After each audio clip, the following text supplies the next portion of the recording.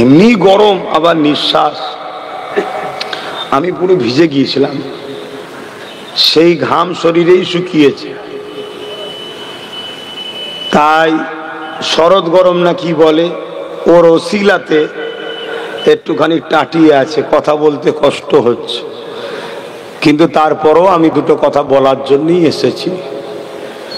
আপনারা একটু সাথ দেবেন, ইনশাআল্লাহ চেষ্টা করব দিনের কিছু কথা, দিনের কিছু রাস্তা আপনাদেরকে দেখাবো। মন ভেঙে ফেলার, মন খারাপ করার কিছু নেই। হাতি মরলেও লাখ টাকা, বাঁচলেও লাখ টাকা, একটা প্রবাদ বাক্য আছে না? এটা অ্যাকচুয়ালি হাতি নয়, এটা অ্যাকচুয়ালি হাতি নয়। এই প্রবাদ বাক্যটাকে ঘুরিয়ে দেওয়া হয়েছে। ইমানদার মরলেও লাভ, বেঁচে থাকলেও লাভ। জোরে বলুন সুবহানাল্লাহ। ইমানদারের জন্য সব জায়গাটাই লাভ। গরিবে নওয়াজ 850 বছর কি 800 বছর হলো চলে গেছে, এখনো লাভ দিচ্ছে না, দেয়নি? একটু হ্যাকি না বলে? খাজা হুজুর আজ বেঁচে ছিলেন যখন, তখনও লাভ দিয়েছেন, দুনিয়া থেকে পর্দা নিয়েছেন, আজও লাভ দিচ্ছেন। অবশ্যই ওলিরা জেন্দা মানি আমরা। আমাদের পাশেই শুয়ে আছেন সুফি আব্দুল মোমেন শাহ রহমাতুল্লাহ আলাইহি, বেঁচে ছিলেন যখন তখনও লাভ দিয়েছেন, এখনো ফায়দা যদি না পায় তো বছরে বছরে লাখো লাখো লোক কেন আসে? একটা লোকই তো বারবারও আসে। কি জান না আপনারা? বারবার এই লাভ না পান তো যান কেন? ফালতু সময় দিবার লোক নেই রে বাবা। তা হাতি নয়, ইমানদার মরলেও লাভ, বাঁচলেও লাভ। অতএব আমাদের আল্লাহ জিহালে রাখবে, আমরা খুশি। বলুন আলহামদুলিল্লাহ। কেন আল্লাহ পরীক্ষা নেয় ইমানদারদের ঘরে। আজ যেমন প্যালেস্তাইনবাসীকে পরীক্ষা নিচ্ছে, আমাদেরও পরীক্ষার দিকেই আমরা আগিয়েছি। হয়তো ঘন্টা পড়েও গেছে, এবার শুরু হবে। তার জন্য আমরা প্রস্তুত, কোনো অসুবিধে নেই। কাফন তো এমনি রেডি করা আছে আমাদের, আছে না? নাই? যারা হজে যায়, এহরাম পরে, ওই এহরামকেই অনেকে কাফন বানায়, বা স্পেশাল করে অনেকে কাফন নিয়ে যায়, জমজম পানিতে ধৌত করে। কিন্তু আমি জমজম পানিতে ধৌত করিনি। কেন করিনি? ওটা আমার বেয়াদবি লেগেছে। জমজম পানিতে ধৌত করব, ওই কাফন আমাকে পড়াবে, আমার মনে হয়েছে আমার পায়ে জমজম পানি লাগবে। আমি নিষেধ করছি না, অনেকে আবেগে করে, ভালোবাসায়, হয়তো আল্লাহ তাকে ধরবেন, এটা প্রেমের ব্যাপার। কিন্তু আমার ইমান বাধা দিয়েছে। আমি যেটা দিয়ে তওয়াফ করেছি ফরজ হজে, আমার নিয়ত ওটাই আমার কাফন। তাহলে কাফন তো রেডি আছে ইমানদারদের। অতএব ইমানদারকে কেউ চমকাবে, ধমকাবে, এ ধারণা ভুল। মুসলমান আর ইমানদার মুসলমান দুটো এক নয়। তাই আল্লাহ কখনো কখনো পরীক্ষা নেয়, ওই পরীক্ষাতে ইমানদারও শহীদ হয়, এবং বিশেষ করে চিটেগুলো পরিষ্কার হয়ে যায়। সলিড থাকে, সলিডের দ্বারা আল্লাহ আবার বিজয় দেয়। জোরে বলুন সুবহানাল্লাহ।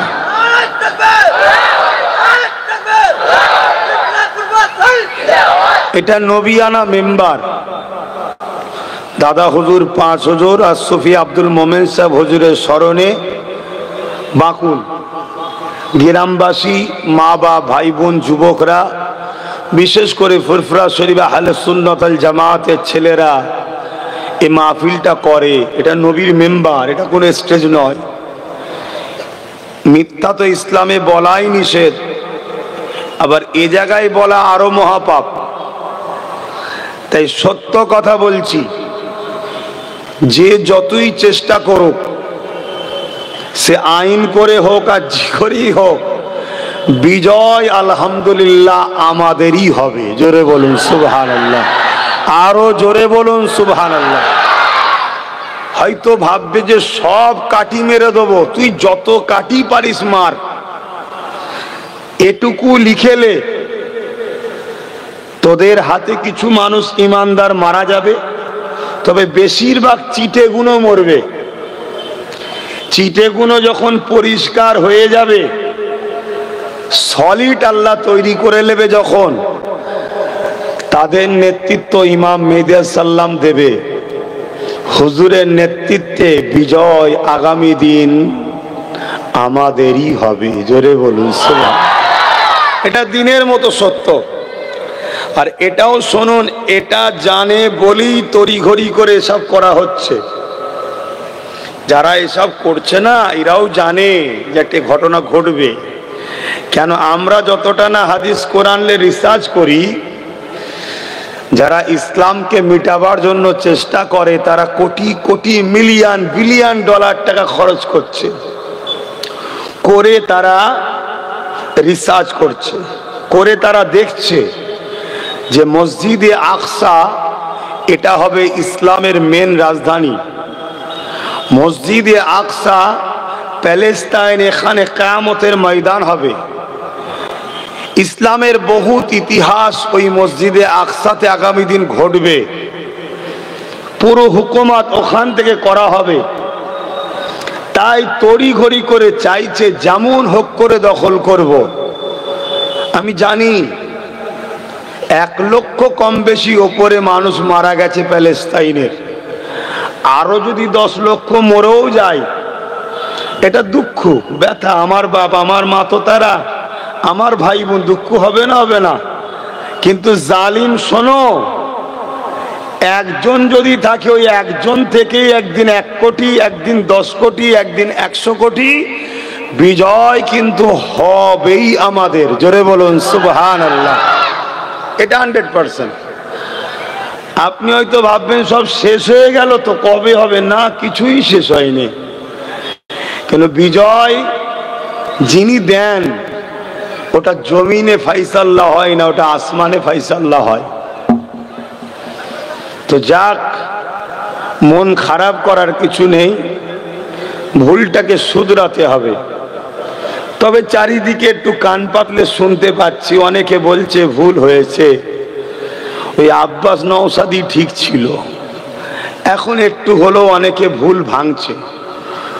তবে তাদের ভুল কোনোদিন ভাঙবে না যাদের বাইরের চামড়া বা সুরাতটা মুসলমান, ভেতরের পার্টসগুলো সব বেঈমান।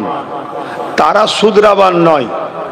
যেমন আজকে দেখলাম অনেক কটা বেঈমান সেকুলার সেজে মুসলমান দাবি করে সব হুড়োহুড়ি করছে, দেখেন মাথায় ঢুকছে না? ঢোকে নে। এই শয়তানগুলোকে আমাদের চিনতে হবে। এরাই হলো সব থেকে বড় আমাদের ক্ষতিকারক। কেন এদের লেভেলে মারা আছে মুসলমান, কিন্তু ভেতরের মাল যে কোনো পার্টস আছে সব হলো বেঈমানের। আমার তো ডাউট হয় এদের রক্তটাও হয়তো বেঈমানের আছে। কথাটা কি খারাপ লেগে গেল? না হয় এত বড় গাদ্দারি কি করে করতে পারে?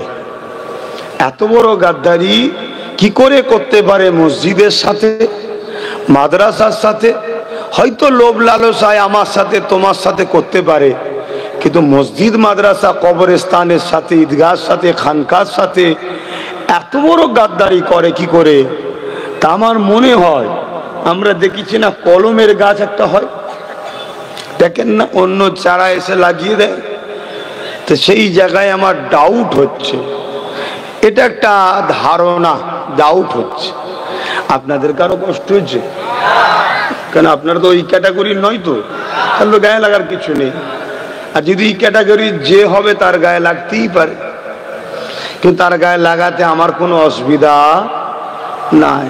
হ্যাঁ, মোহাব্বতে দরুদ আল্লাহুম্মা সাল্লি আলা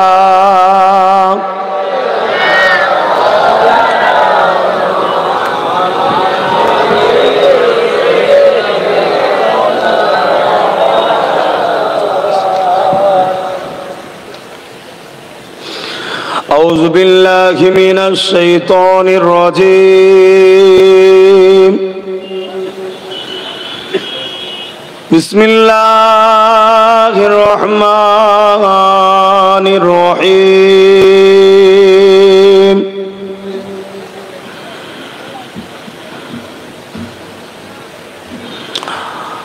قال الله تعالى في كلام المزيد الفرقان الحميد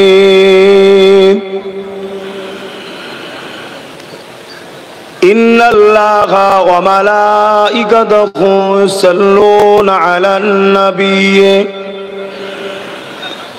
يا أيها الذين آمنوا صلوا عليه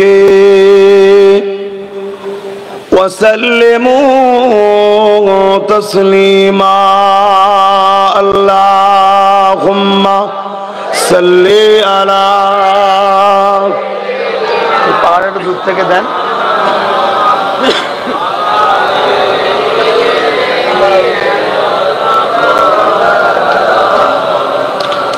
मोहब्बते अल्लाहुम्मा सल्ली अला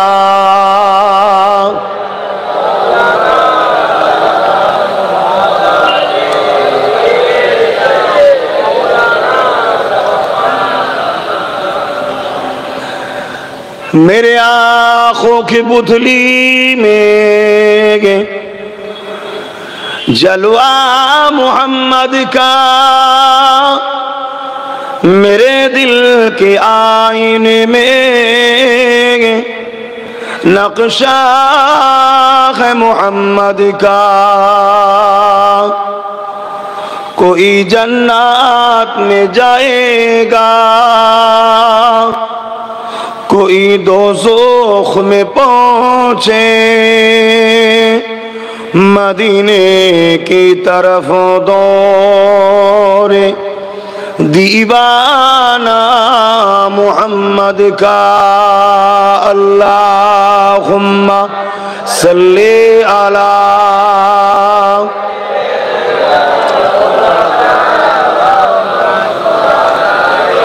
सय्यदना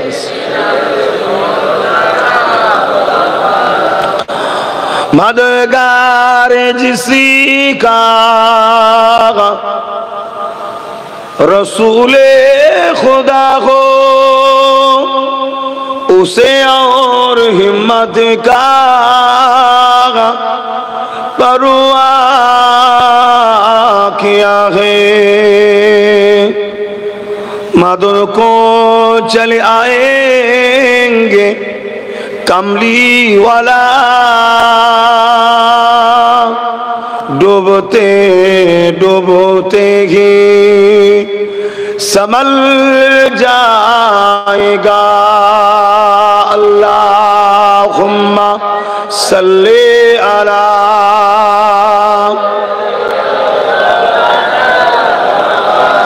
वल आले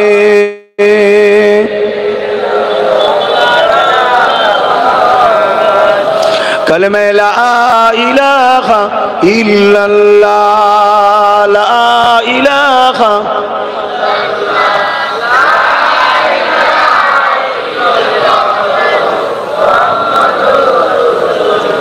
हस्बी रब्बी जल्लल्लाह माफी कल्बी खैरुल्लाह नूर मोहम्मद सल्लल्लाह अखला इलाहा इल्लल्लाह ला इलाहा इल्लल्लाह ला इलाहा इल्लल्लाह मुहम्मदुर रसूलुल्लाह अल्लाहुम्मा सल्ली अला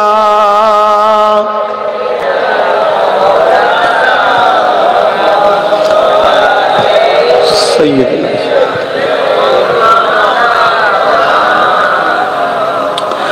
وقال الله تعالى في كلام المزيد الفرقان الحميد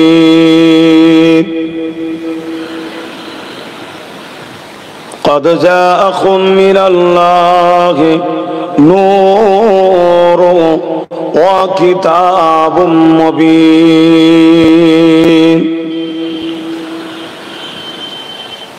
وقال الله تعالى في كلام المجيد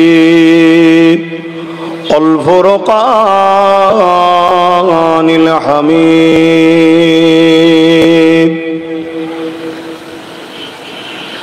لقد كان لكم في رسول الله أسوة حسنة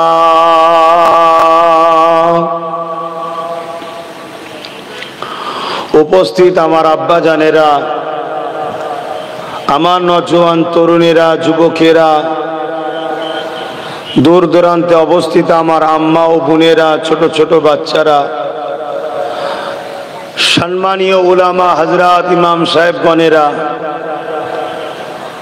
আল্লাহ দরবারে শুকরিয়া যে আল্লাহ আমাকেও আমাদেরকে ইসলাম ধর্মের ঘরে জন্ম দিয়েছে। বলুন আলহামদুলিল্লাহ। কেননা ইসলাম আমাদের সকল মানুষ্য জাতির আব্বা ও আম্মা,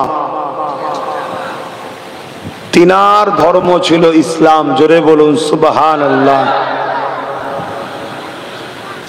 আরো শুকরিয়া এজন্য আদায় করলাম, মহান রব্বুল আলামিন তিনি নিজে বলছেন ইন্না দীনা ইনদাল্লাহিল ইসলাম। মহান সৃষ্টিকর্তা বলছেন আমার কাছে একমাত্র মনোনীত পছন্দনীয় ধর্ম হলো ইসলাম। জোরে বলুন সুবহানাল্লাহ। এই ইসলাম হলো মানুষ্য জাতির চলার একটা পথ, দুনিয়া আখিরাতের কল্যাণের রাস্তা দেখাবার নাম হলো ইসলাম। টোটাল আপনার জিন্দেগিতে সমস্ত সমস্যা সমাধান করার নাম হলো ইসলাম, সমস্ত কল্যাণের নাম হলো ইসলাম। ইসলাম আরবি কথা সালাম থেকে এসেছে, যার বাংলা মানে হলো শান্তি। কিন্তু যে পথ, যে রাস্তায় জীবন ব্যবস্থা চালালে শান্তি হবে, ওই টোটাল জীবন ব্যবস্থাটা কেমন হবে, এই সিস্টেম মহান রব্বুল আলামিন যুগে যুগে। এই ওই ছেলেটার হাতে মোবাইলটা কে দিয়েছে? ওর হাতে মোবাইলটা কে দিয়েছে? কার ছেলে ওটা?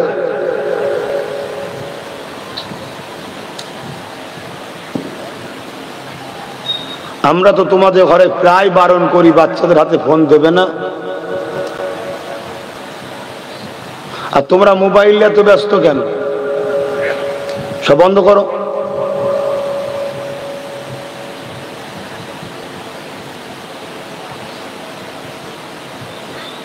প্রত্যেককে বলছি, কারণ মোবাইল দেখাই যাবে।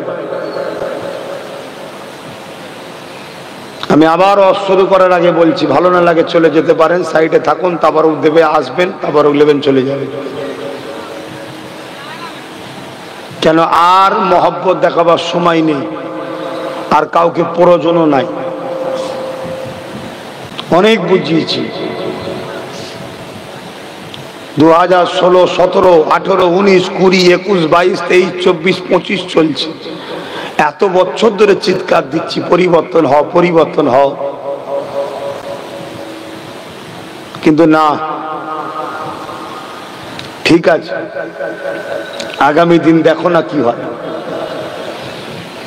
তো যাক, এসেছেন, বসছেন যখন ভালোভাবে বসুন, আর নাই কর্তৃপক্ষকে বলুন, তারপরে যদি দেয় ওখানে তৈরি হচ্ছে, নিয়ে চলে যান। 10 জন থাকুক, যাদের দিলে আল্লাহ ও রসুল আছে তাদের নিয়েই থাকা ভালো।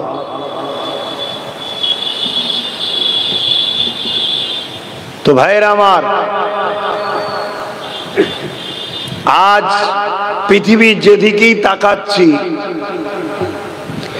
এই ইসলামের মতো একটা সভ্য, বাস্তব, সত্য,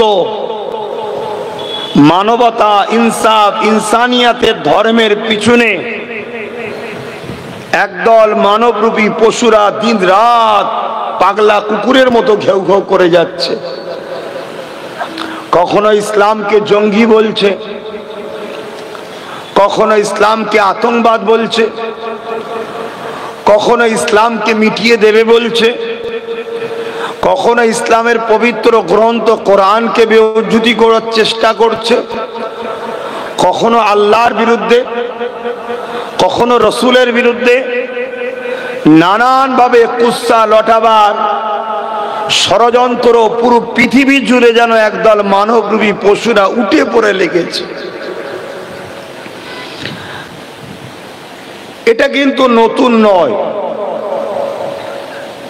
এরকম হাওয়া মাঝে মাঝে ওঠে। আর এই হাওয়াটা তখন ওঠে যখন দুটো জায়গাকে ওরা দখল করতে পারে।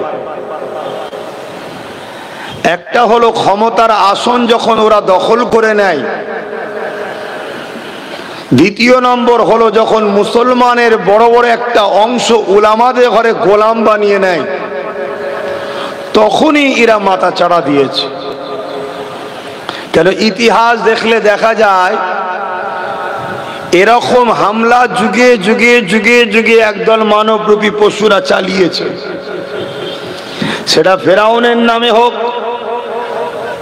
নমরুদের নামে হোক, সাদ্দাতের নামে হোক, বিভিন্ন নামটা চেঞ্জ হতে পারে, কিন্তু এদের মেন্টালিটি একটাই, আমরা মানুষের প্রভু হব। ক্ষমতার জোরে, অর্থের জোরে, পাওয়ারের জোরে মানুষ আমাদের গোলাম হবে, দাস দাসী হবে, আমাদের উপাসনা করবে, আমরা যা বলবো তাই শুনবে, আমরা যা দেবো তাই খাবে, প্রয়োজন হয় পিসাব দেবো ওটাও খাবে, প্রয়োজন হয় আরো নোংরা নোংরা জিনিস দেবো তাও খাবে। একবারও যেন আমাদের কথার খেলাপ না কেউ করে। আর তাদের পথের কাঁটা হয়ে যুগে যুগে দাঁড়িয়েছে একমাত্র ইসলাম। জোরে বলুন সুবহানাল্লাহ। কেন ইসলামে 1 লক্ষ মতান্তর 2,24,000 নবী রসুল এসেছেন, সবারই একটা কথা ছিল লা ইলাহা ইল্লাল্লাহ। নেই কোনো প্রভু, নেই কোনো রব, একমাত্র আল্লাহ ছাড়া। अल्लाह के सिवा दूसरा कोई माबूद ही नहीं। दासत्व আল্লাহর, উপাসনা আল্লাহর, তেনার হুকুমে জিন্দেগি কাটাতে হবে।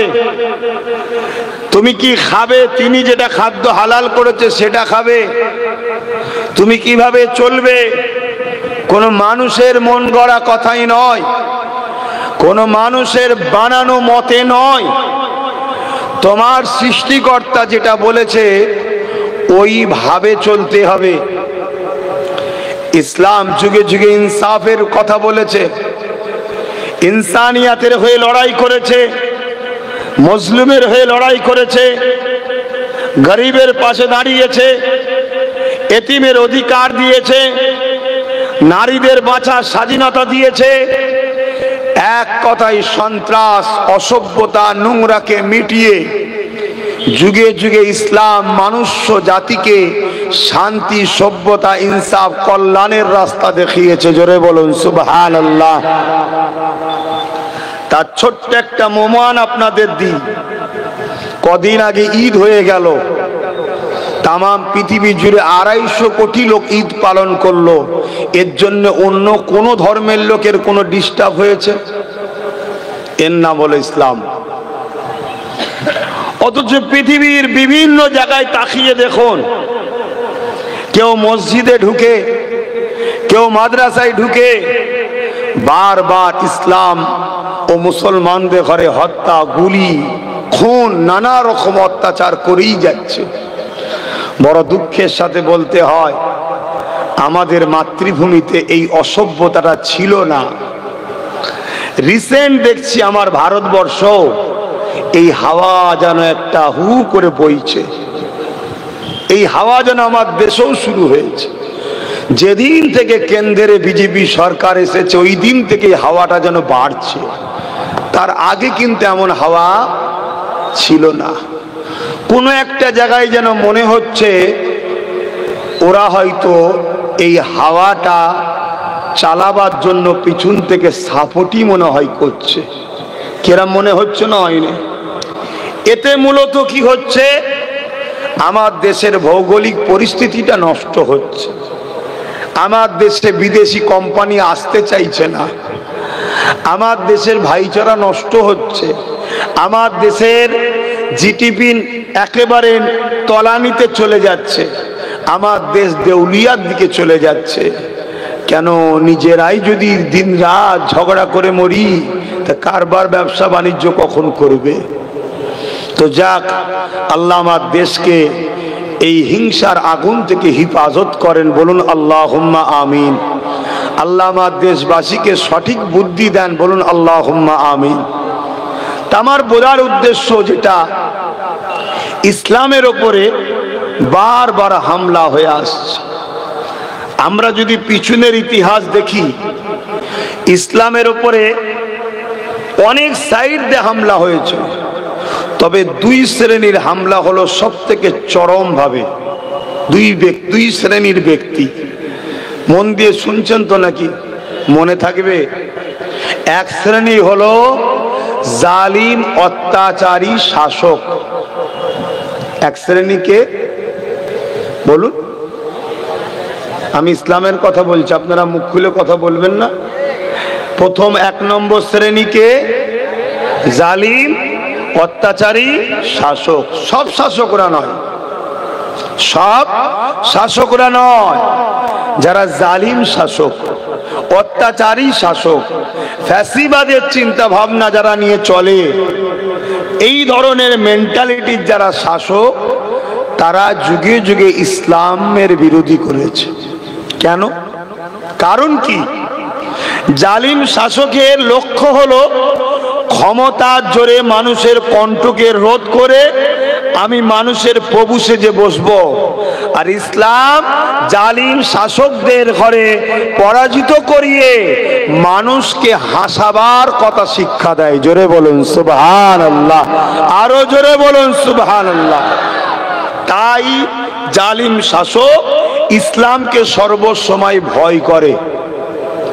তাই তারা চায় ইসলামকে মুছে দাও, ইসলামকে রাখা যাবে না। ইসলাম থাকলে আমার অন্যায়ের বিরুদ্ধে কথা বলবে, ইসলাম থাকলে ইসলামের অনুসারীরা আমার দুর্নীতির বিরুদ্ধে কথা বলবে, ইসলাম থাকলে ইসলামের শিক্ষা হলো গরিবের পাশে দাঁড়িয়ে, মজলুমের পাশে দাঁড়িয়ে জালিমের বিরুদ্ধে লড়াই করা। এটা ইসলামের শিক্ষা, করতেই হবে, যে করবে না সে জাহান্নামে যাবে। শুনছেন তো নাকি? এজন্য তারা ভয় করে। তারা রাজ ক্ষমতা দিয়ে, ফোর্স দিয়ে, বিভিন্ন ভাবে ইসলামের ঐতিহাসিক সিম্বল গুলো, পেহচান গুলোকে যুগে যুগে তারা মিটাতে চেয়েছে, যুগে যুগে তারা ভেঙেছে, গুড়িয়েছে। এবং বিশেষ করে ইসলামের শিক্ষা কেন্দ্র মাদ্রাসা গুলোকে জালিম শাসকরা যুগে যুগে টার্গেট করেছে। কেন? ওই মাদ্রাসা থেকে শিক্ষা দেওয়া হয়, দেশপ্রেমের শিক্ষা, গরিবের প্রেমের শিক্ষা, এতিমের অধিকার দিবার শিক্ষা, মজলুম মানুষের পাশে দাঁড়াবার শিক্ষা। অন্য ধর্মের হলোই বা যদি অসহায় গরিব হয় তার পাশেও দাঁড়াও, তার হয়েও কথা বলো, এই শিক্ষা মাদ্রাসা থেকে আজও দেওয়া হয় না? হয় না? আজকেও যদি কেউ মাদ্রাসার বিরোধী করে, জানবেন তাদেরও ভয় হয় যে মাদ্রাসা থেকে উপযুক্ত সন্তান যখন বেরোবে, আমরা যদি দেশ ও দেশবাসীকে লুটি তাহলে আমাদের বিরুদ্ধে রুখে দাঁড়াবে। তাই তারাও চায় মাদ্রাসাগুলো, ইসলামগুলোকে বন্ধ করে দাও, মিটিয়ে দাও। এক নম্বর। দ্বিতীয় নম্বর হলো, আমার অসুবিধা, আমার কি পেটে খুব জ্বালা নাকি জলসা করতে এসছি খাবার জন্যে? তা আমি এসেছি তো ইসলামের কথা শোনাতে। আজকে ইসলাম যে একটা ভুল মেসেজ সমাজে ছড়ানো হচ্ছে না, হয়নি? আমি যে অজগুনো করছি, আমি জ্ঞান দিচ্ছি না। প্রত্যেকটা মসজিদে, প্রত্যেক